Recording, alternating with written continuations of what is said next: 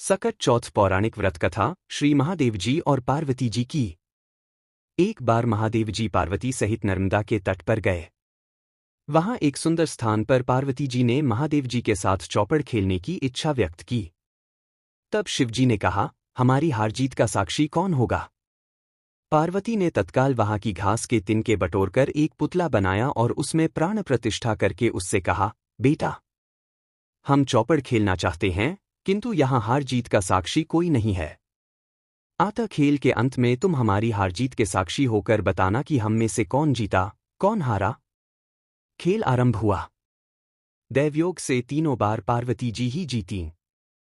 जब अंत में बालक से हार जीत का निर्णय कराया गया तो उसने महादेव जी को विजयी बताया। परिणामतः पार्वती जी ने क्रुद्ध होकर उसे एक पांव से लंगड़ा होने और वहां के कीचड़ में पड़ा रहकर दुख भोगने का शाप दे दिया। बालक ने विनम्रतापूर्वक कहा, माँ, मुझसे अज्ञानवश ऐसा हो गया है। मैंने किसी कुटिलता या द्वेष के कारण ऐसा नहीं किया। मुझे क्षमा करें तथा शाप से मुक्ति का उपाय बताएं।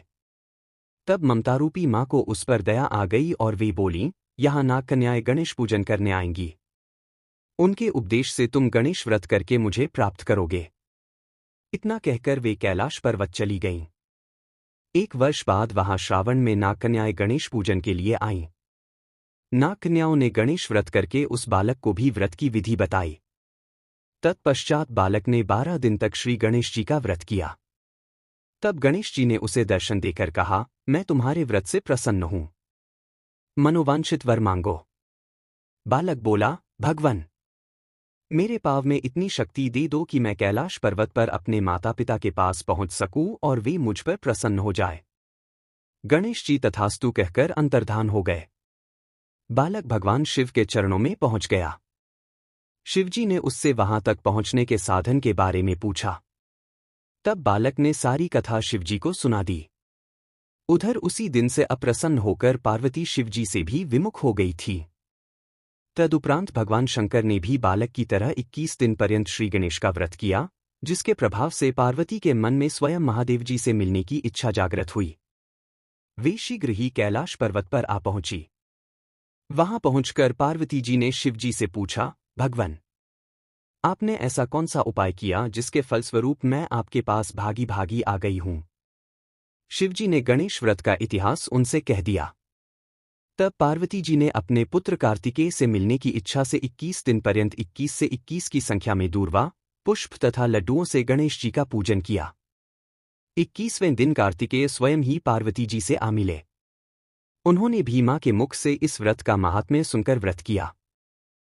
फाल्गुन संकष्टी गणेश चतुर्थी व्रत कथा। एक बार की बात है। एक आदर्श राजा का राज्य था। वह राजा अत्यंत धर्मात्मा थे। उनके राज्य में एक अत्यंत सज्जन ब्राह्मण थे। उनका नाम था विष्णु शर्मा। विष्णु शर्मा के 7 पुत्र थे।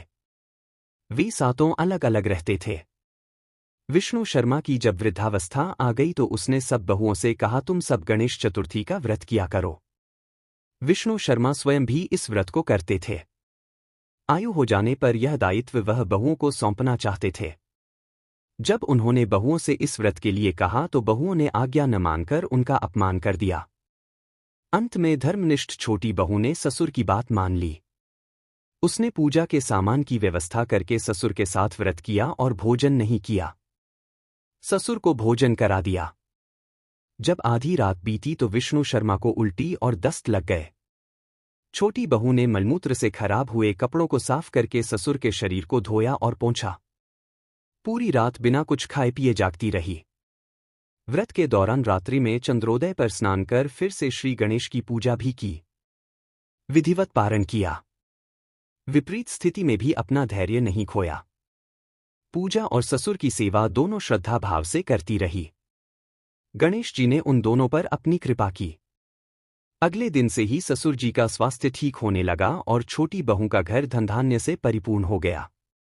फिर तो अन्य बहुओं को भी इस प्रसंग से प्रेरणा मिली और उन्होंने अपने ससुर से क्षमा मांगते हुए फाल्गुन कृष्ण संकष्टी गणेश चतुर्थी व्रत किया और साल भर आने वाली हर चतुर्थी का व्रत करने का शुभ संकल्प लिया।